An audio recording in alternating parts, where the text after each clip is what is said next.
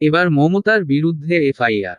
এই পুরো বিষয়টা ভালো করে জানার জন্য ভিডিওটি না টেনে প্রথম থেকে শেষ পর্যন্ত দেখুন।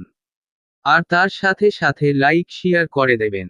সাবস্ক্রাইব করতে ভুলবেন না। সাবস্ক্রাইব করে রাখবেন। এবার চলুন এই বিষয় সম্পর্কে জেনে নিই। কলকাতার আরজি কর হাসপাতালে সম্প্রতি নারী চিকিৎসককে ধর্ষণ ও হত্যার ঘটনায় উত্তাল ভারত। এ নিয়ে বেশ চাপে পড়েছেন পশ্চিমবঙ্গ সরকারের মুখ্যমন্ত্রী তৃণমূল কংগ্রেসের নেত্রী মমতা বন্দ্যোপাধ্যায়। তার পদত্যাগ চেয়ে আন্দোলন হচ্ছে। এবার এক মন্তব্য ঘিরে মমতার বিরুদ্ধে এফআইআর দায়ের করা হয়েছে দিল্লিতে। ভারতীয় সংবাদমাধ্যম হিন্দুস্তান টাইমস বলছে, বুধবার এক মন্তব্যে মমতা বন্দ্যোপাধ্যায় বলেছিলেন, বাংলায় যদি আগুন লাগান, অসম, উত্তর পূর্ব থেমে থাকবে না। বাংলা জ্বললে থেমে থাকবে না দিল্লিও। এই মন্তব্য উস্কানিমূলক দাবি করে দিল্লি পুলিশ কমিশনারের কাছে অভিযোগ দায়ের করেছেন বিনীত জিন্দাল নামের এক আইনজীবী।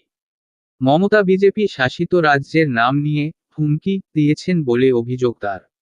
বুধবার মমতা বন্দ্যোপাধ্যায়ের মন্তব্যে বাংলাদেশ ইস্যুও চলে আসে। তিনি বলেছিলেন, কেউ কেউ মনে করছেন এটা বাংলাদেশ। আমি বাংলাদেশকে ভালোবাসি। ওরা আমাদের মতো কথা বলে। ওদের সংস্কৃতি আমাদের সংস্কৃতি এক। কিন্তু মনে রাখবেন, বাংলাদেশ একটা আলাদা রাষ্ট্র। ভারতবর্ষ একটা আলাদা রাষ্ট্র। ভারতের প্রধানমন্ত্রী নরেন্দ্র মোদীকে উদ্দেশ্য করে মমতা বলেন, আপনার পার্টিকে দিয়ে আগুন লাগাচ্ছেন। মনে রাখবেন, বাংলায় যদি আগুন লাগান, অসমও থেমে থাকবে না, উত্তর পূর্ব থেমে থাকবে না, উত্তরপ্রদেশও থেমে থাকবে না, বিহারও থেমে থাকবে না, ঝাড়খণ্ড থেমে থাকবে না, ওড়িশাও থেমে থাকবে না, আর দিল্লিও থেমে থাকবে না। আপনার চেয়ারটা আমরা টলমল করে দেব।